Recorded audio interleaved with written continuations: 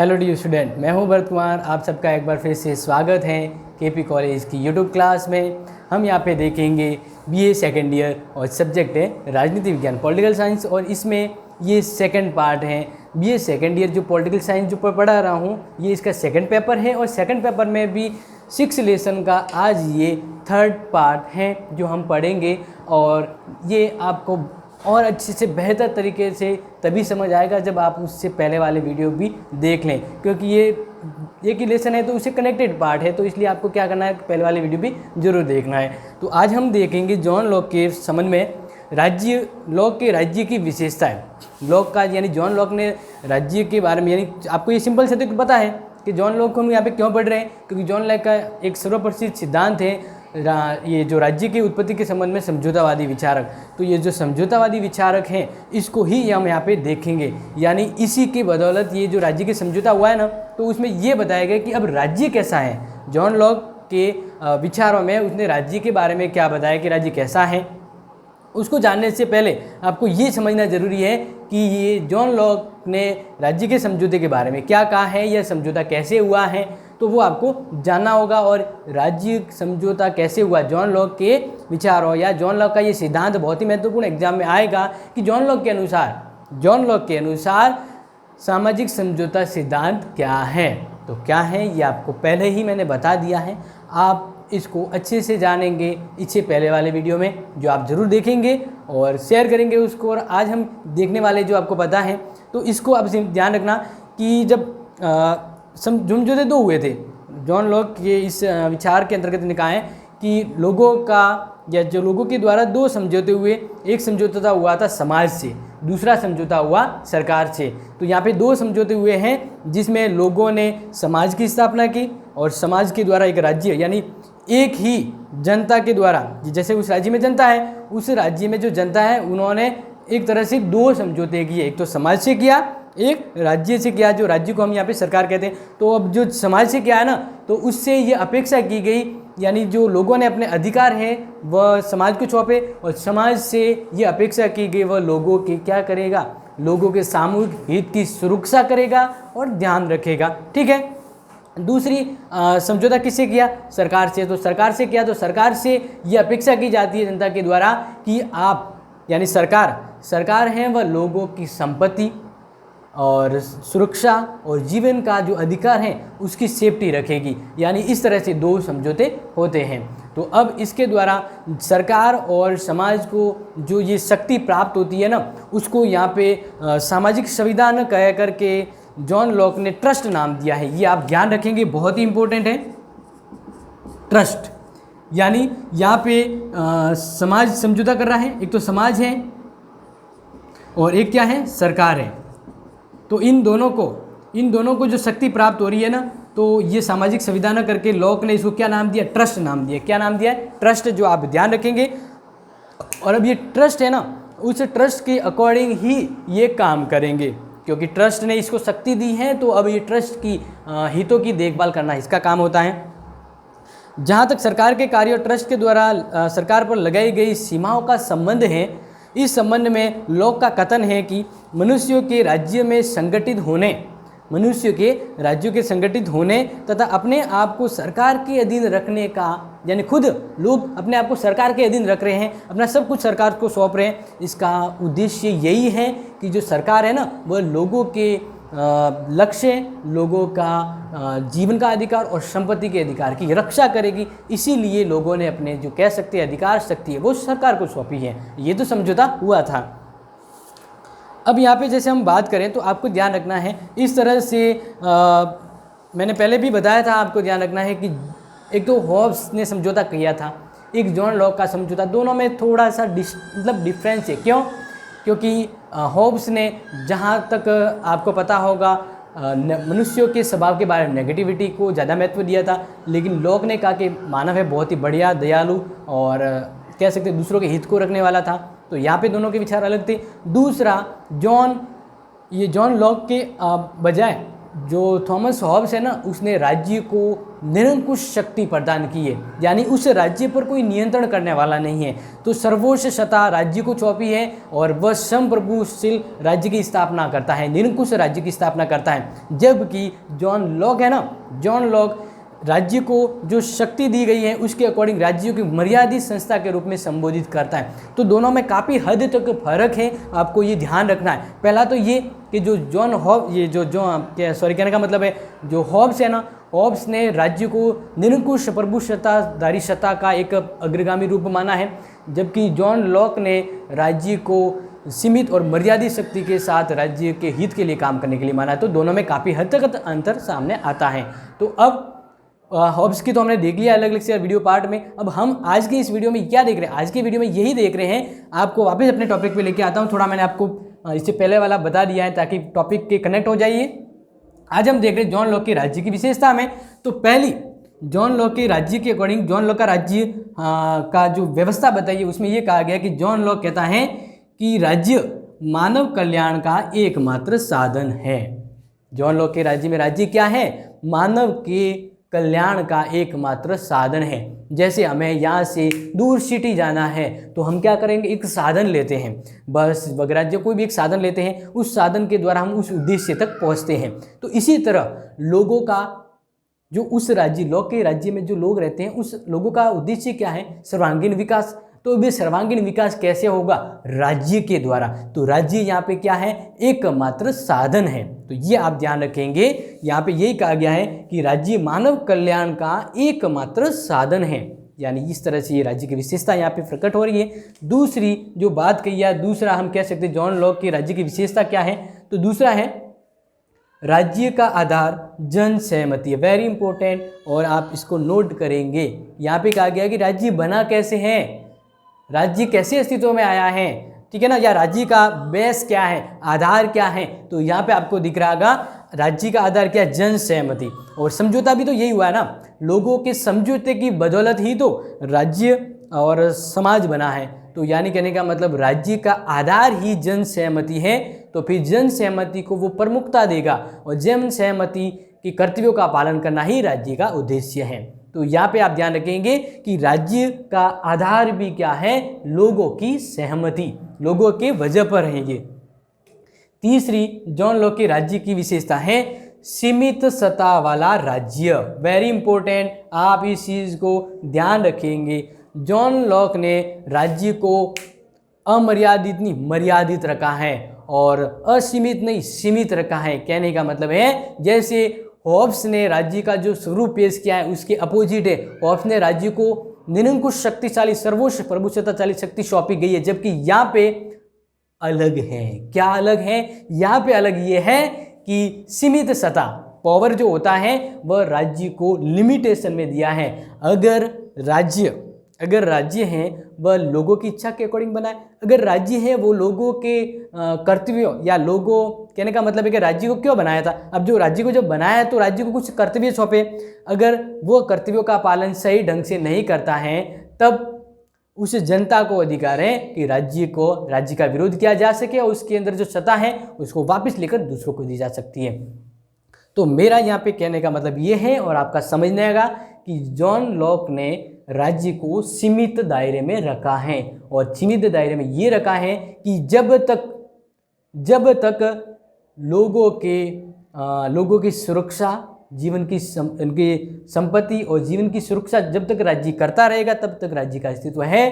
अगर राज्य को सौंपे गए इन कर्तव्यों को अगर राज्य सही तरह से परिपूर्ण नहीं कर पाता है तो जनता को पुनः ये अधिकार है कि वह राज्य से उस सत्ता से अधिकार छीन कर दूसरे व्यक्ति को वहाँ पे बैठा सकती है। तो इस तरह से जब ये बात यहाँ पे आता है, बात ये आती है कि जॉन लॉक ने लोगों को राज्य के विरुद्ध होने का अधिकार दिया, तो कुछ जॉन लॉक की आलोचना वाले ये कहते हैं कि जॉन लॉक तो राज्य में क्रांतिकारी विचार को माना जाता है, क्रांति के विचार जॉन लॉक की ही उत्पत्ति है, ऐसे भी विचार आते हैं।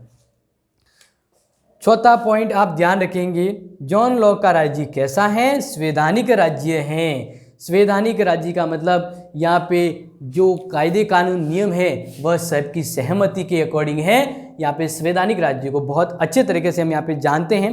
तो ध्यान रखना है कि जॉन लॉक ने सबसे पहले तो आपको ध्यान रखना है शासन पर 2 निबंध, एक बहुत ही महत्वपूर्ण उनका लिखा हुआ ये कह सकते हैं ग्रंथ हैं या उपन्यास मान सकते हैं, उपन्यास तो नहीं कहेंगे, इनकी ये बुक है। तो इसमें उसने शासन की गतिविधियों के बारे में कहा गया है और ये मूल रूप से उस समय की इंग्लैंड की गौरवपूर्ण जो क्रांति हुई थी ना, उस बेस पर उनके ये विचार हैं। तो इस वजह से इनकी कुछ कमियां भी, आलोचना भी इनको झेलना पड़ा है। अब हम यहाँ पे ये बात करते हैं 4 पॉइंट की कि जॉन लॉक का राज्य कैसे हमें प्रतीत होता है, कैसे प्रतीत होता है, संवैधानिक राज्य। कैसा? संवैधानिक राज्य। इस बारे में ध्यान रखें, जॉन लॉक संवैधानिक राज्य का प्रतिपादक हैं और इसके अंतर्गत विधि के शासन को अपनाया गया है। ध्यान रखेंगे, विधि का शासन। बिल्कुल, अगर आपको ध्यान है आज के जितने भी राज्य, जैसे भारत का ये भारत देश, भारत में संविधान बना हुआ है और संविधान के अकॉर्डिंग राज्य चलता है। और बात यह है कि संविधान ने क्या बनाया? कानून बनाए हैं। तो बस यही बात है कि संवैधानिक राज्य का मतलब है विधि का शासन। वहाँ पे राज्य की मनमर्जी नहीं चलेगी, वहाँ पे विधि यानी कानून होंगे और कानून है वो सही अनुपात में होते हैं। सही अनुपात का मतलब है लोगों के सही और गलत को ध्यान में रखते हुए बनाए जाते हैं। तो उसी के अकॉर्डिंग बनेगा। जब कहीं पर कोई राज्य विधि के अकॉर्डिंग चल रहा है तो इसको हम कहेंगे संवैधानिक राज्य। और जॉन लॉक ने अपने राज्य को संवैधानिक राज्य की ओर इंगित किया है या इसकी ओर ढला है। तो ये आप ध्यान रखने, वेरी इंपॉर्टेंट है चीज़ें। अब हम आ जाते हैं 5वां पॉइंट। और 5वां पॉइंट क्या है? उसने राज्य को निषेधात्मक राज्य के रूप में प्रतिपादित किया है। कहने का निषेधात्मक का मतलब होता है कि उसको कुछ कार्य को करने के लिए प्रतिबंध किया गया और कुछ को नहीं करने के लिए किया गया है। कहने का मतलब है कि यहाँ पे 3 जो महत्वपूर्ण बातें हैं, जीवन की सुरक्षा, संपत्ति की सुरक्षा, ये जो मैं आपको बता रहा हूँ, क्योंकि राज्य क्यों बना? राज्य क्यों बना? तो लोगों की जीवन की सुरक्षा को लेकर, संपत्ति की सुरक्षा को लेकर। और तीसरा बात आता है कि मतलब तीसरी जो बात आती है वो है कि शांति व्यवस्था बनाए रखना। तो इन 3 वजह पर राज्य बना है। तो राज्य से कहा गया है कि आप लोक हित में ही काम करेंगे। राज्य और उस शासन प्रबंध को कहा गया है आप राज्य हित में काम करो। अगर आप राज्य के हित के विपरीत जाके, प्रतिकूल जाके काम करेंगे तो जनता है वह विरोध कर सकती हैं। तो इसलिए यहाँ पे ये बात आ जाती है कि राज्य है वो क्या है? निषेधात्मक राज्य है। यानी ओवरऑल मैं बात कहूँ तो जॉन लॉक ने राज्य को प्रतिबंधित किया है कि आप जनताओं के लोक कल्याण की विरुद्ध जाकर कोई काम नहीं कर सकते। तो यहाँ पे राज्य प्रतिबंधित हो जाता है, यानी राज्य को कुछ काम के लिए निषेध किया गया है। तो ये निषेधात्मक राज्य कहलाता है। और उन्होंने ये जो बात है वो किसमें लिखी थी? Later on toleration. Letters on toleration में उन्होंने राज्य के निषेधात्मक सिद्धांत का प्रतिपादन किया है।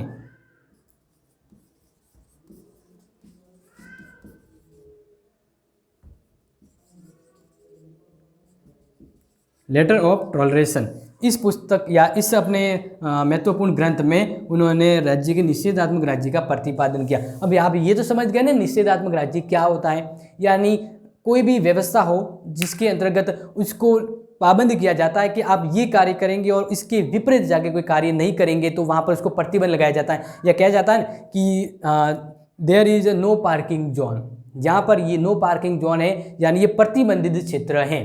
तो अगर वहाँ पे आप पार्क करते हैं तब आपके खिलाफ कुछ गलत कार्रवाई हो सकती है। तो इसी तरह यहाँ पे भी इसको निषेधात्मक रूप में प्रतिपादन किया है जॉन लॉक। प्रश्न आ सकता है किस विचारक ने राज्य के निषेधात्मक विचार का या विचार दिया है? राज्य के संदर्भ में निषेधात्मक विचार प्रतिपादित किया है जॉन लॉक। ध्यान रहेगा, जॉन लॉक।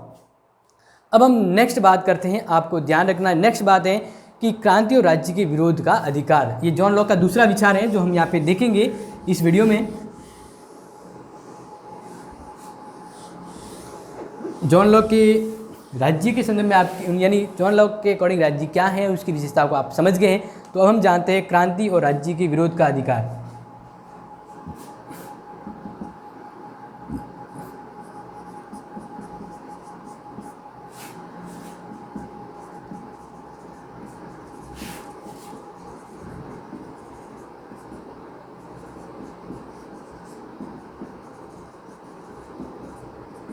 अब आप ध्यान रखिए यहाँ पे ये चीज़ें अभी जस्ट कनेक्टेड ही है जो मैं आपको पढ़ा रहा था।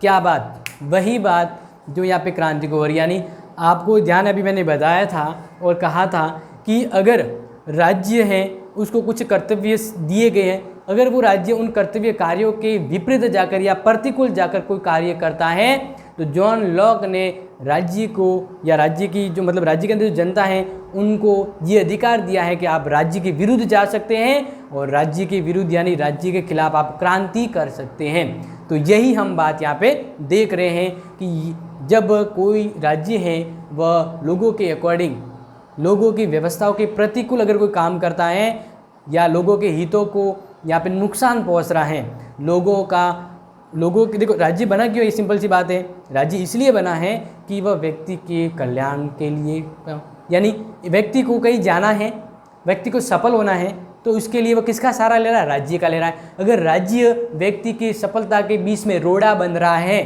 तब लोगों को अधिकार है कि वह राज्य का विरोध करें। तो ये विरोध करना ही हम यहाँ पे देख रहे हैं क्रांति करने का अधिकार, यानी राज्य के विरोध का अधिकार। तो जॉन लॉक ने लोगों को क्रांति का अधिकार दिया है, क्रांति का अधिकार दिया है, मतलब क्रांति का कहने का ये मतलब है कि लोगों को विरोध करने का अधिकार भी दिया गया है। और इस तरह से जब लोग हैं वो राज्य के विरोध हो जाते हैं तो राज्य से या उस शासन जो राज्य को चला रहा है उससे वो शक्ति लेकर उसकी जगह किसी दूसरे व्यक्ति को बैठा सकते हैं जो लोगों के हित के लिए काम कर सकते हैं। तो इस तरह से क्रांति भी हो सकती है। आपको ध्यान होगा जॉन लॉक है वो ब्रिटेन के गौरवपूर्ण क्रांति के समय है, तत्कालीन समय के रहे हुए हैं। तो वहाँ पर जो घटना हुई थी, जिस तरह से राजतंत्र समाप्त हुआ और गणतंत्र आया, वापस गणतंत्र से राजतंत्र आया, तो वहाँ पर ये जो घटना हुई इसी के वजह पर उन्होंने कहा कि अगर राज्य लोगों के हितों के अकॉर्डिंग काम नहीं करता है तो लोगों को ये पूर्णतः अधिकार है कि वह राज्य के हित विरोध जाकर अधिकार कर सकते हैं। जहाँ पर आपको पता है गौरवपूर्ण क्रांति में लोगों ने राजतंत्र को उखाड़ फेंक दिया था, राजतंत्र को इंग्लैंड में उखाड़ फेंक दिया था, उसकी जगह गणतंत्र आ गया था। क्यों? क्योंकि वहाँ का जो राजतंत्र है वह लोगों के हित के लिए काम नहीं कर रहा था, स्वार्थी हो गया था, भ्रष्ट हो गया था। तब लोगों ने वहाँ पे क्रांति कर दी और सत्ता पलट करके गणतंत्र की स्थापना कर दी। तो यही बात यहाँ पे आती है कि जब कोई भी राज्य बढ़िया ढंग से लोगों के अनुकूल काम नहीं करे तो लोगों का अधिकार है कि वह राज्य को उखाड़ फेंक सके, राज्य के विरुद्ध क्रांति कर सकते हैं और एक नई सत्ता वहाँ पे ला सकते हैं। तो यही टोटल ओवरऑल जो बात है मैं समझाना चाहता हूँ वो यही बात है कि क्रांति का अधिकार, यानी जॉन लॉक ने लोगों को उस राज्य में क्रांति का अधिकार दिया है। तो इस वजह पर, क्योंकि आपको पता है गौरवपूर्ण क्रांति कब हुई थी, 1688 में इंग्लैंड के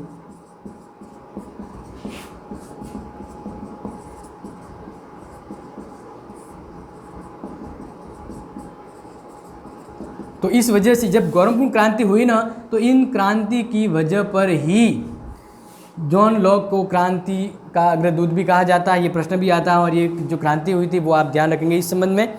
और इसी आधार पर ये भी ध्यान रखें जेफरसन ने, और किसने कहा है तो आपको पता होना चाहिए ना, जेफरसन ने जॉन लॉक के बारे में कहा क्रांतियों का दार्शनिक है। ये तो क्या है, क्रांतियों का दार्शनिक। ये चीज़ समझ में आ गई ना। जॉन लॉक को क्रांतियों का दार्शनिक किसने कहा, जेफरसन ने। क्यों? क्योंकि जॉन लॉक ने लोगों को क्रांति करने का अधिकार जो दिया। ठीक है ना, ये आप समझ रहे हैं ना इस चीज़ को।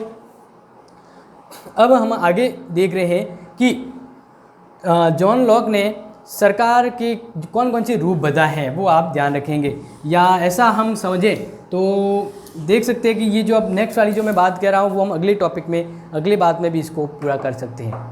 तो मिलेंगे नेक्स्ट वाले वीडियो में और उसमें समझेंगे कि जॉन लॉक ने राज्य के कितने रूप बताए हैं, और फिर हम जानेंगे एक प्राकृतिक कानून या संपत्ति, व्यक्तिगत संपत्ति को लेकर क्या बात है जो जॉन लॉक ने कही है। और हो सकता है कि इससे आगे वाला जो पार्ट है वो बहुत ही महत्वपूर्ण हो, जो आपको समझना हो। आप उस वीडियो को ज़रूर अटेंड करेंगे और उसी वीडियो में हो सकता है कि वो लेसन भी एंड हो जाए।